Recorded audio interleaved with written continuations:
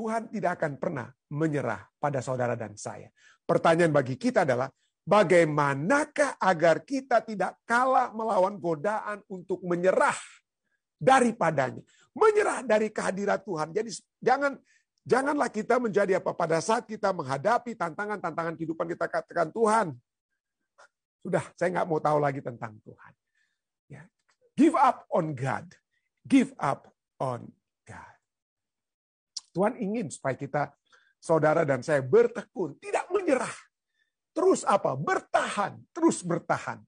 Ya, terus bertahan. Kita orang dunia sekalipun mengagungkan orang-orang yang bertahan. Entah itu atlet olimpiade yang harus bertahan dalam dia melatih, latihan dia tetap bertekun.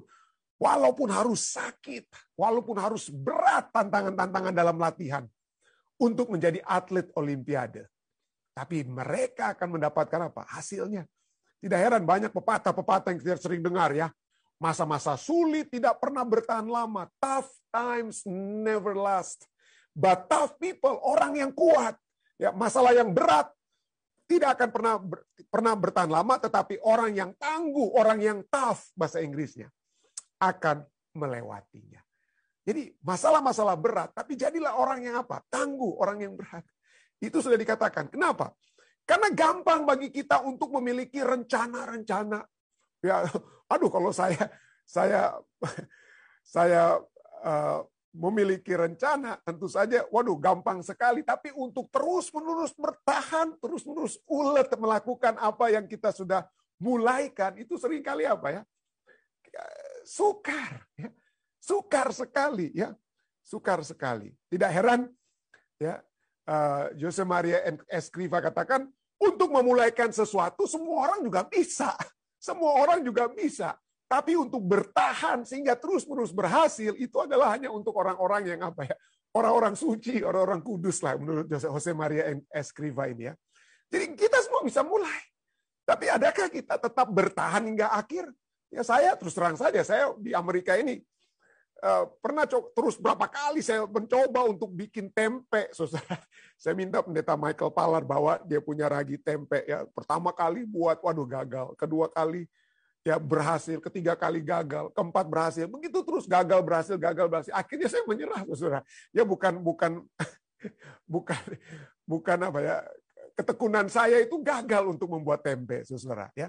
Jadi itulah. Jadi untuk menjadi orang yang berhasil itu, waduh, itu dibutuhkan orang yang apa ya? Yang betul-betul kuat untuk apa? Untuk melakukan secara konsisten. Ya, secara konsisten. Kita harus diminta untuk tekun, untuk terus bertahan, untuk terus gigih, untuk terus maju ke depan. Tidak heran Martin Luther King katakan ya, if you cannot fly, kalau Anda tidak dapat apa? Tidak dapat terbang, jalan, lari. Kalau nggak bisa terbang, lari. Kalau Anda tidak dapat berlari tidak bisa, minimal Anda harus jalan. Dan kalau Anda tidak bisa berjalan lagi, minimal Anda harus merangkak. But whatever you do, apapun yang Anda lakukan, you have to keep moving forward. Ya, jangan seperti saya, saudara. Begitu udah gagal berkali-kali untuk bikin tempe nggak berhasil, akhirnya berhenti kita ya. Berhentilah kita. Nah, pertanyaannya, kenapa? Kenapa saya tidak, Anda mungkin bisa dalam situasi Anda masing-masing, Anda bisa bercerita tentang kegagalan Anda. Tapi minimal bagi saya itu adalah dalam membuat tempe ya. Kenapa saya gagal untuk terus-menerus bertahan ya, sampai akhirnya menyerah untuk membuat tempe ya. Hanya menyerah untuk membuat tempe. Nah, ada satu artikel ya ditulis oleh Charlene Tops ya. 8 things to do when you want to give up. 8 hal yang harus Anda lakukan sebelum Anda akan menyerah ya.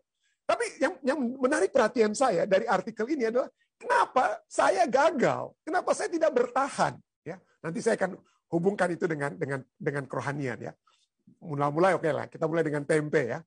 Kenapa? Karena bagi umat manusia, kita dari sononya, dari lahirnya, kita itu apa yang kita mau langsung dapat. Kita mau ada yang disebut dengan instant gratification ya.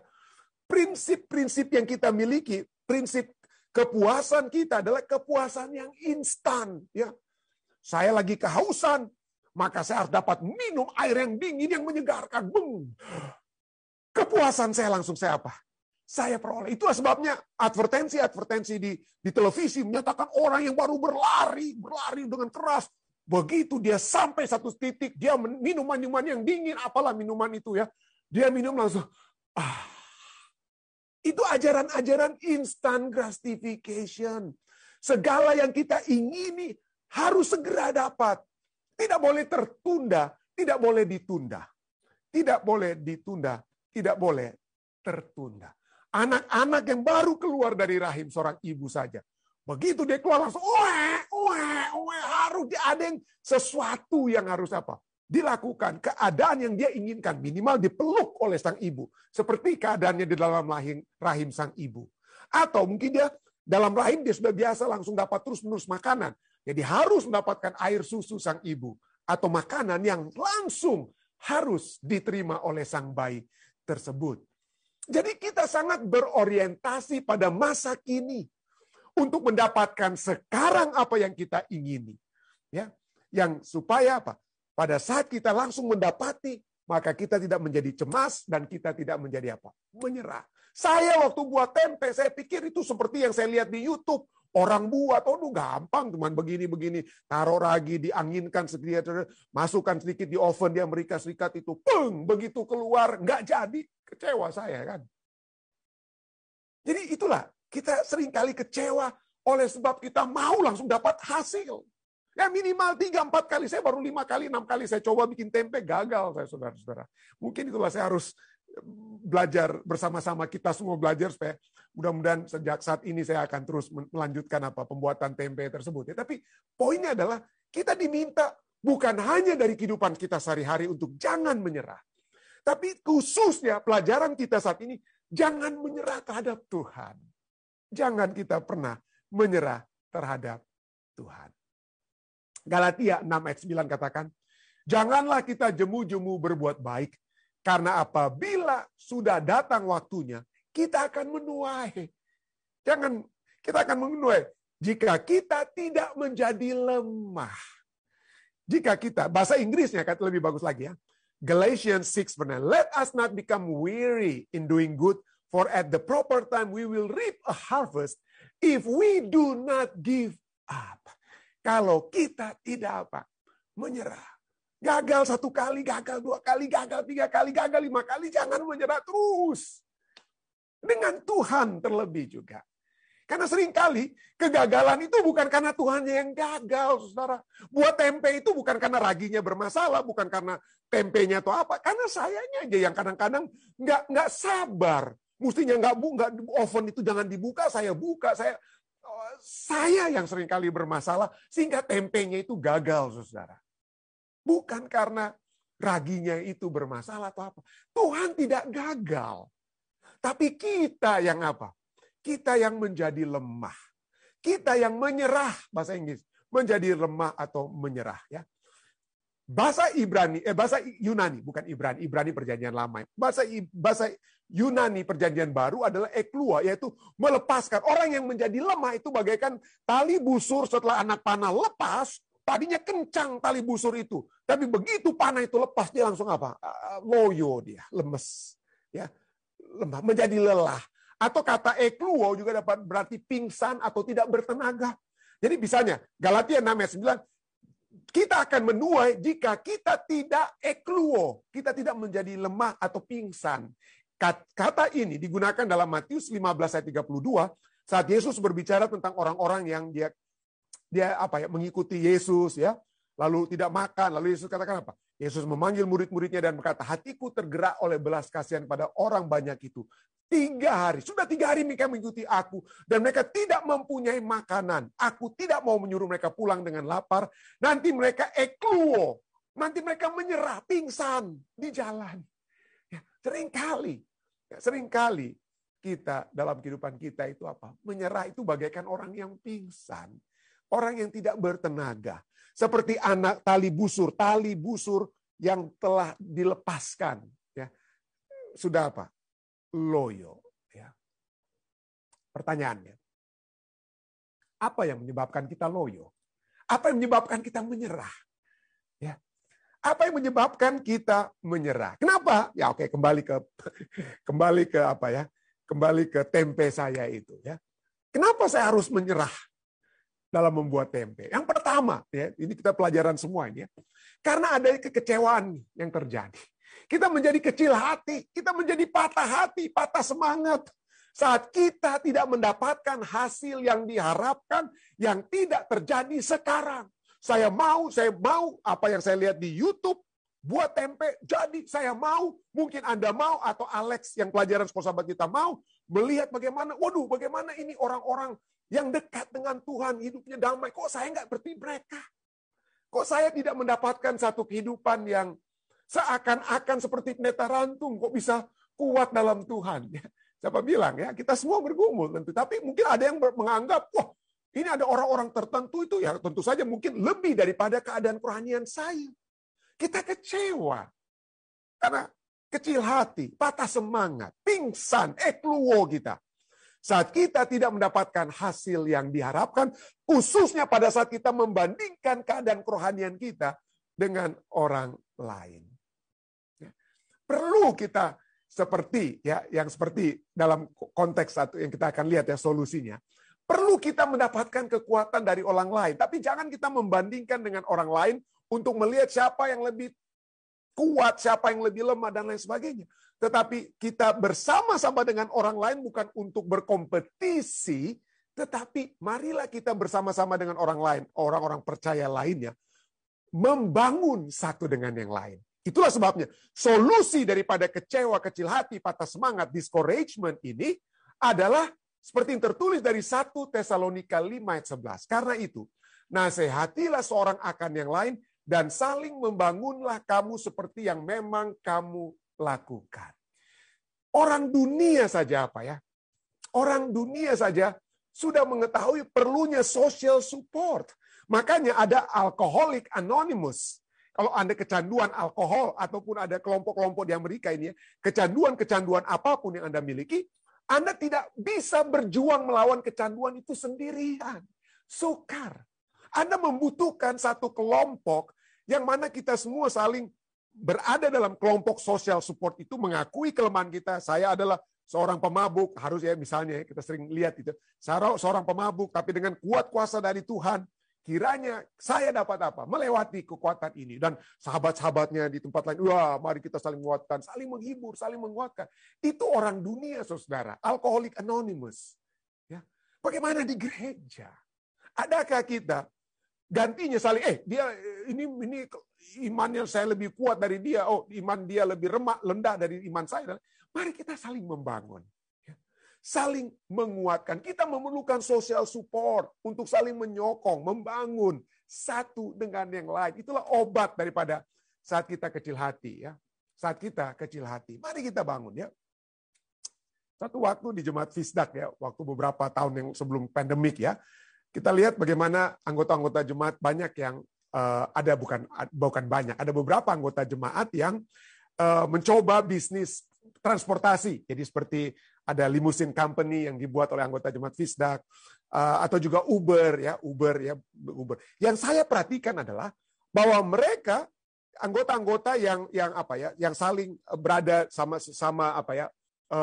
Uber driver, yang mereka lakukan adalah mereka berbagi tips. Oh, ini caranya kalau kita mau dapat penumpang, ini application yang harus kita buat dan lain sebagainya. Jadi saling berbagi ilmu tentang bagaimana menjadi super Uber yang dapat berhasil.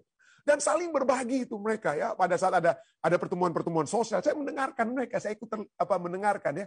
Dan ini yang kalau saja kita lakukan bukan hanya sehubungan dengan Uber, dan itu juga dilakukan ya. Di jemaat kita saling menguatkan satu dengan yang lain ya. Saling menguatkan satu dengan membangun satu dengan lain. Waduh, itu adalah membantu kita untuk tidak kecewa, tidak kecil hati, tidak patah semangat. Penyebab kedua, kenapa kita sering menyerah adalah mungkin yang dapat terjadi apalagi seperti dalam kasus Alex pelajaran sekolah sahabat kita, dia menjadi orang yang boleh dikatakan tokoh terkenal ya waktu dia masuk menjadi mahasiswa kependetaan. Saya percaya tidak tertulis dari pelajaran sekolah sahabat kita, tapi orang-orang yang memiliki kisah seperti Alex itu akan diminta untuk berbicara, untuk memberikan kesaksian, testimoni, ya, perubahan-perubahan radikal yang terjadi dalam kehidupannya. Dan itu kalau kita tidak terus-menerus serahkan kepada Tuhan, itu dapat menjadi satu bahaya. Apa bahayanya? Bahayanya adalah keangkuhan hidup. Ya. Saat sifat terlalu percaya diri kita itu mendapatkan kita percaya diri, kepercayaan diri kita itu kuat sekali. Wah, everything is under control. Waduh, saya ini dibutuhkan. Saya menjadi pembicara. Saya menjadi pembicara di Zoom. Saya menjadi pembicara di sini. Saya diundang kiri dan kanan. Waduh, itu berarti saya itu sudah jadi orang yang hebat. Saya sudah jadi orang yang hebat. Tapi kemudian apa yang terjadi? Ya, pada saat mungkin ada kritik-kritik yang datang kepada kita, gimana ini? Ya, gimana ini? Ini orang-orang yang salah ini. Mereka itu salah mengkritik saya. Saya lakukan itu yang terbaik, saya lakukan itu yang benar. Anda itu yang salah. Seringkali itu dapat terjadi kepada pembicara, kepada seorang pendeta atau kepada siapapun. Ya, kita merasa kita berada di atas, berada di awan-awan, ya. Tapi begitu ada orang yang menarik kita untuk datang ke bumi, tantangan yang tidak diharapkan, maka kita menjadi apa? Jadi, gimana ini? Jadi solusi daripada hal ini, kita harus selalu harus selalu menguji hati kita. Menguji hati kita. Kenapa saya buat ini? Apakah ini untuk pencitraan diri? Adakah ini untuk membawa saya untuk supaya dapat ini, dapat itu, dapat pujian? Ya. Harus menyadari keadaan hati kita senantiasa. Harus terus-menerus melihat salib Kristus. Melihat terus-menerus salib Kristus. Gantinya melihat dosa-dosa orang lain dan kita yang sudah hebat. Kita sudah, saya ini lebih dari pendeta-pendeta lainnya. Saya ini lebih dari mereka. Adakah kita mengimani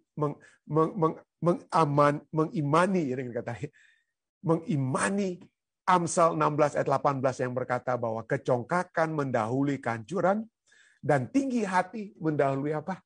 Tinggi hati mendahului kejatuhan. Hati-hati dengan pride. Karena begitu keyakinan diri kita yang tinggi itu dihantam, seringkali kita menyerah. Kita menjadi kecewa. Gantinya kita mendapatkan kekuatan dari Tuhan. Selama ini rupanya kekuatan kita itu dari apa? Diri kita sendiri rupanya. Kekuatan kita bukan dari diri kita, tapi dari Tuhan. Dan yang terakhir, yang seringkali menyebabkan kita menyerah adalah exhaustion. Exhaust ya, kita kecapean, kelelahan, kecapean, burn out ya. Saat kita tidak memiliki waktu untuk diisi kembali. Ini dapat terjadi juga terus terang pada saya ya. Kalau saya hanya membagi-bagikan dan tidak ada juga yang dapat saya selain apa yang saya bagikan ini untuk mengisi saya, tapi selain saya mendengar apa yang orang dapat katakan kepada saya, teguran orang kepada saya, amaran orang kepada saya, apa yang orang khotbahkan juga dapat kena kepada saya. Ya, kalau saya tidak diisi kembali, khususnya diisi melalui apa yang Tuhan ingin terjadi dalam kehidupan saya. Ya, atau mungkin kita diisi dengan apa? Ya, kadang-kadang kita harus perlu cuti ya, perlu cuti kita. Perlu juga saat-saat di mana kita harus terlepas, ya, menyendiri untuk sesaat. Sebelum kita mengisi, kita harus diisi kembali. Ya, itulah sebabnya solusinya seperti Yesus Kristus ya. Matius 14 ayat 23. Yesus apa yang dilakukan Yesus? Setelah orang banyak itu yang dia sudah isi, yang sudah menerima pekabarannya. Orang banyak itu disuruhnya pulang. Lalu Yesus naik ke atas bukit untuk berdoa seorang diri. Ketika hari sudah malam, ia sendirian di situ. Itulah sebabnya para dosen-dosen di sekolah-sekolah kita ada yang namanya sabbatical years. Ya, sabbatical leave. Artinya setelah kita 7 tahun kita mengajar, ada 1 tahun, idealnya ya 1 tahun, sabbatical year mestinya. Idealnya 1 tahun, tapi karena organisasi kita uangnya kurang, jadi seringkali hanya 3 bulan atau 6 bulan, tergantung organisasi. Kalau kaya ya boleh 6 bulan, tapi Banyak sekolah-sekolah kita hanya 3 bulan. Ya, jadi setelah 7 tahun kita mengajar, tahun ke-7, 6 tahun, tahun ke-7 itulah sabbatical leave-nya kita. Kita apa? Dibebaskan dari mengajar, kita pergilah kemana. Tapi saya belum pernah mengalami hal tersebut. Belum sempat ya, nggak tahu kenapa ya. Tapi itu perlu sekali, saudara. Kita harus perlu untuk apa? Menyendiri untuk sesaat. Ya. Ambil leave, entah cuti atau apa ya. Supaya kita boleh apa? Tidak burn out. Ya, supaya kita bisa diisi kembali. Supaya kita bisa diisi. Mungkin inilah satu hal yang diperlukan oleh Alex ya, secara dari pelajaran sekolah sahabat kita ya. Dia mungkin burn out, exhaust ya, kelelahan dan dia tidak memiliki waktu untuk diisi kembali. Tuhan tidak ingin saudara dan saya itu menyerah. Tuhan mau kita terus-menerus bertekun dan di dalam bertekun itulah mari kita lihat ya, adakah kita mendapatkan support yang kita miliki dari sesama anggota? Adakah kita dapat melihat isi hati kita?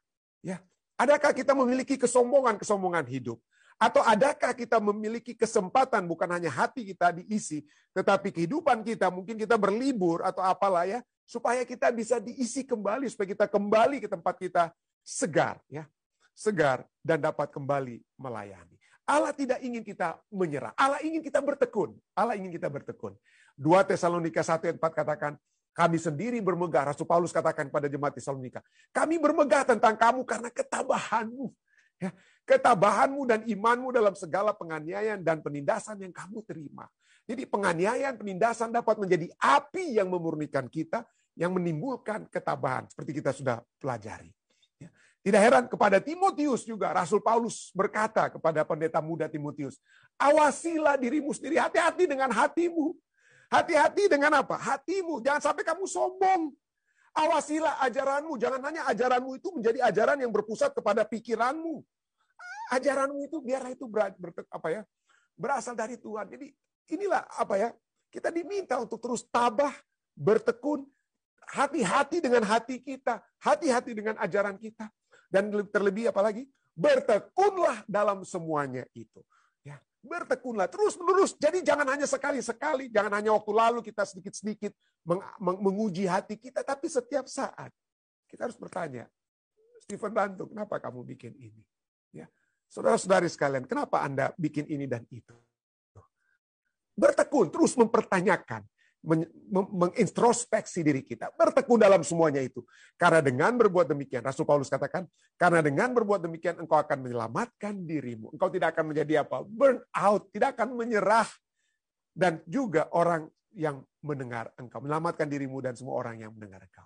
Dan jika kita dapat melakukan ini semua saudara, puji Tuhan ya. Tentunya Wahyu 27 katakan apa? Siapa bertelinga, hendaklah yang mendengarkan apa yang dikatakan Roh pada jemaat-jemaat. Barang siapa itu menang, yang bertekun, dia akan kuberi makan dari pohon kehidupan yang ada di taman Firdaus Allah. Allah tidak akan meninggalkan kita sendirian untuk menyerah. Dia dapat mengirimkan orang lain, dia dapat mengirimkan Roh Kudus supaya kita mengintrospeksi diri kita, supaya kita tetap bertahan. Segala sesuatu Tuhan sudah siapkan supaya kita tidak menyerah, supaya kita terus-menerus bertekun. Firman Tuhan yang katakan, 1 Korintus 1 ayat 7 dan 8 katakan apa? Demikianlah kamu tidak kekurangan dalam suatu karunia pun, sementara kamu menantikan pernyataan Tuhan kita Yesus Kristus. Allah tidak mau Alex, pelajaran sekolah sahabat kita itu apa? Kekurangan. Allah tidak mau saudara dan saya kekurangan. Itulah sebabnya firman Tuhan dia berikan supaya kita selalu disegarkan, dikuatkan setiap hari. Setiap hari. Ya. Tidak kekurangan dalam suatu karunia pun sementara kamu menantikan pernyataan Tuhan kita Yesus. Ayat 8. Ia juga akan meneguhkan kamu sampai kepada kesudahannya sehingga kamu tidak bercacat pada hari Tuhan kita Yesus Kristus. Saya berdoa pada saat Yesus datang, kita tidak menyerah. Kita tidak bercacat. Kita adalah umat-umat Tuhan yang terus bertekun. Yang saling menguatkan satu dengan yang lain. Yang saling mengintrospeksi diri kita masing-masing. Dan saling memiliki hubungan yang erat dengan Tuhan kita. Sehingga kita selalu tidak berkekurangan. Hanya dipenuhkan. Dan menerima kedatangan Yesus yang kedua kali. Terima kasih. Kiranya ini dapat menjadi bagian kita semua. Saya bawa ini dalam nama Yesus. Amin.